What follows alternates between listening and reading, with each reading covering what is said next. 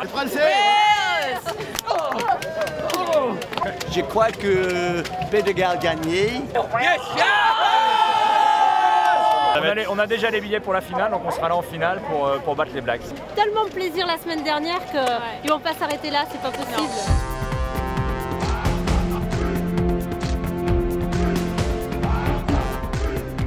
Pourquoi pas envoyer l'Angleterre sur les roses? En tout cas, Nicolas Mas est formel, le mot d'ordre c'est le combat. C'est le prix de la révolte que les joueurs français ont produit. Qui a fait cet aveu à peine susurré.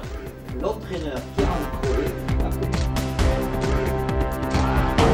C'est à l'issue d'une victoire à l'arraché face au Pays de Galles que l'équipe de France a obtenu son passeport et son visa pour cette finale. Je crois qu'aujourd'hui, le mot chance et la France, ça rimait parfaitement.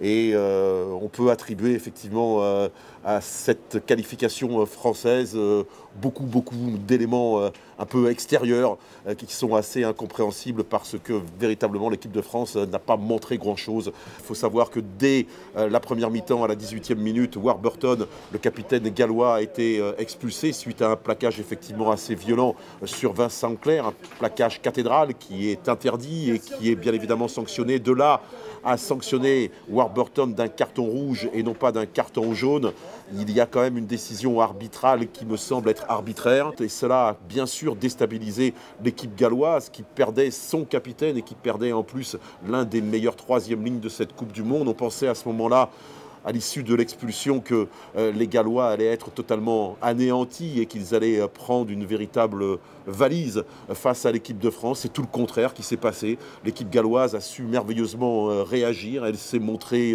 de nouveau entreprenante. Et on a véritablement eu très peur de manquer cette qualification, ce qui aurait été aberrant, compte tenu du fait que la France évoluait quand même à 15 alors que les Gallois étaient largement diminués à 14.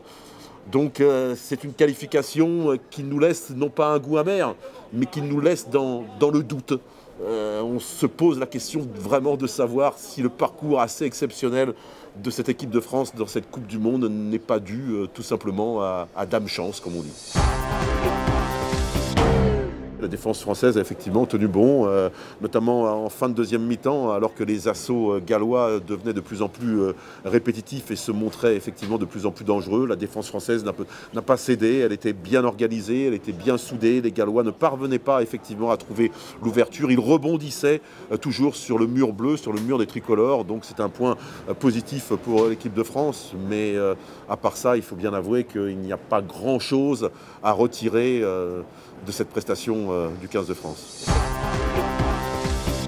Très compliqué. On ne doit pas gagner normalement.